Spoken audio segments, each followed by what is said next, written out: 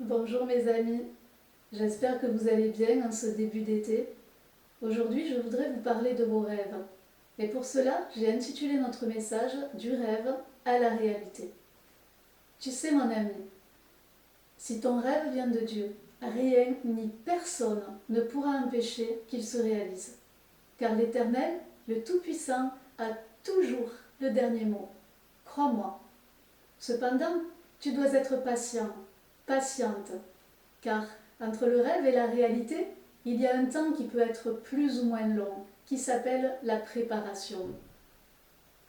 Pour illustrer notre propos, je voudrais te lire deux courts passages dans la parole qui se trouvent tous les deux dans le livre de la Genèse. Le premier, au commencement de l'histoire qui nous est contée de Joseph, le fils de Jacob, et le second, à la fin de son histoire. Prenons donc le chapitre 37 du livre de la Genèse pour y lire les versets 9 à 11. Ici, Joseph raconte l'un des rêves qu'il vient d'avoir à sa famille.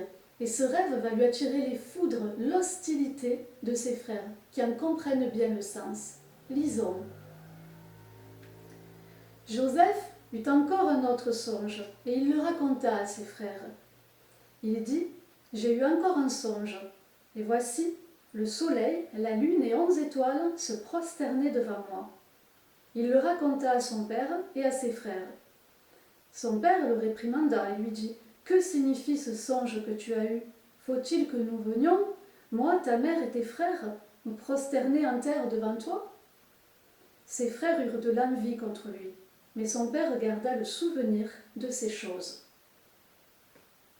Entre ce passage et le suivant, que nous allons lire, les frères de Joseph vont tout faire pour empêcher que son rêve se réalise, allant même jusqu'à le vendre à des marchands d'esclaves pour se débarrasser de lui. Mais lisons, au chapitre 50 de la Genèse, ce qui va se passer. Ses frères vinrent eux-mêmes se prosterner devant Joseph, et ils dirent, « Nous sommes tes serviteurs. » Joseph leur dit, « Soyez sans crainte, car suis-je à la place de Dieu? Vous aviez médité de me faire du mal, Dieu l'a changé en bien, pour accomplir ce qui arrive aujourd'hui et pour sauver la vie à un peuple nombreux. »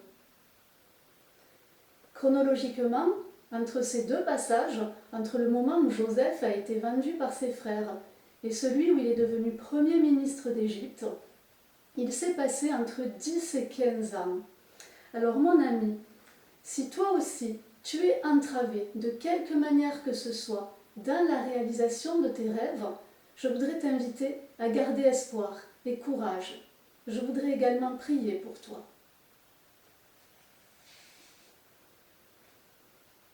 Seigneur, donne à chacun de tes enfants la sagesse, le courage et la patience dont Joseph a fait preuve pendant tout le temps où tu l'as préparé à vivre son rêve, le tien, pour sa vie, et à accomplir sa mission pour le salut d'un peuple nombreux.